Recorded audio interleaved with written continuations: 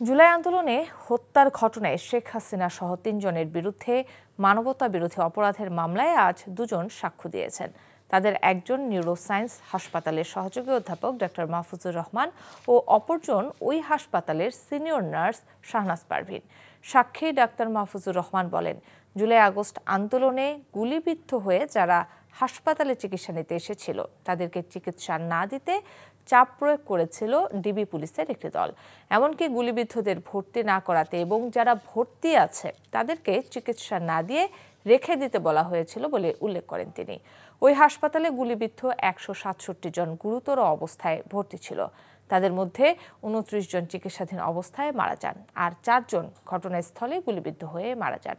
পরে ২ জন সাক্ষীকে জেরা করেন হাসিনা ও কামালের আইনজীবী।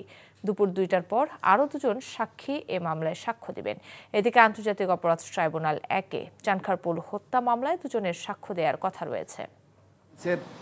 সহযোগী অধ্যাপক এবং ওই বিভাগ হাসপাতালের একজন নার্স, সিনিয়র স্টাফ নার্স সাক্ষী দিয়েছেন।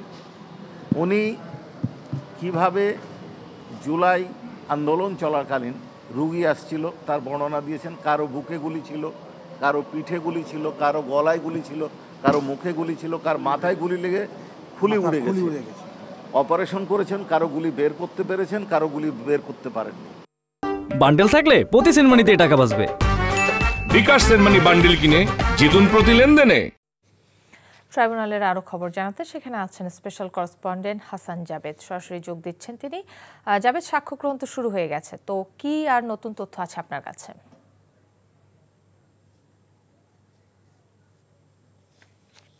সকাল ১১টার পর কিন্তু বিচারপতি গোলাম মর্তুজা মজুমদারের নেতৃত্বাধীন ২ সদস্যের ট্রাইব্যুনালে আজকে সাক্ষ্য গ্রহণ শুরু হয়। প্রথমেই শেখ হাসিনা, আসাদুজ্জামান খান কামাল এবং চৌধুরী আবদুল্লাহ আল মামুনের বিরুদ্ধে সাক্ষ্য দেন ডাক্তার মাহফুজুর রহমান, তিনি সহযোগী অধ্যাপক নিউরোসায়েন্স হাসপাতালের। তিনি তার সাক্ষ্যে বিস্তারিত বর্ণনা করেন সেই সময় কিভাবে কতজনকে চিকিৎসা দিয়েছিলেন, চিকিৎসা দিতে গিয়ে কী সমস্যা হয়েছিল এবং কী কৌশলে তিনি চিকিৎসা দিয়েছেন সেটাও বলেছেন। পুলিশ যাতে এসে এই আহত রোগীদের খুঁজে না পান এবং তাদের নাম পরিবর্তন করে তারা গুলিবিদ্ধ হয়ে ভর্তি হয়েছেন সেটা না লিখে সেটা লিখেছেন যে অ্যাক্সিডেন্ট হয়ে আহত হয়ে এসেছেন, তারপরও তারা চিকিৎসা দিয়ে গেছেন।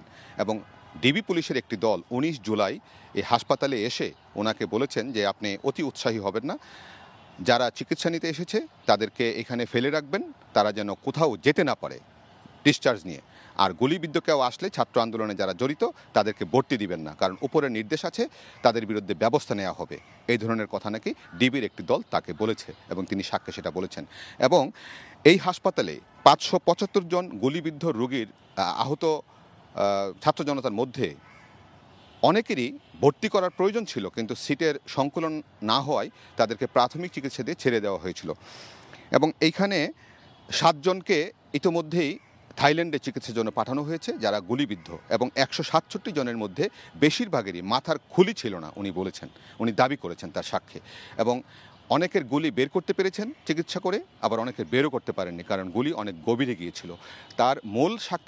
তার সাক্ষীর যে জিনিসটা তিনি বোঝাতে চেয়েছেন যে ৪ এবং ৫ আগস্টে যারা গুলিবিদ্ধ হয়েছিলেন তাদের বেশিরভাগেরই পেটে, বুকে, পিঠে, তারপর আপনার গলায় এবং মাথার অংশে গুলি লেগেছিল। অর্থাৎ ৪-৫ আগস্টে যে গুলিগুলি করা হয়েছিল যাতে গুলিবিদ্ধরা মারা যান, সেটাই আসলে উদ্দেশ্য ছিল পুলিশের বা যারা গুলি করেছেন, এমনটা তিনি বোঝাতে চেয়েছেন। তাকে জেরা করার সময় তিনি অনেক অ্যান্সার দিয়েছেন এবং উনি একা তার টিম নিয়ে ৩৩টি গুরুতর অপারেশন করেছেন এবং এখানে চিকিৎসাধীন অবস্থায় অনেকে মারাও গেছেন, ২৯ জন, সেটা বলেছেন।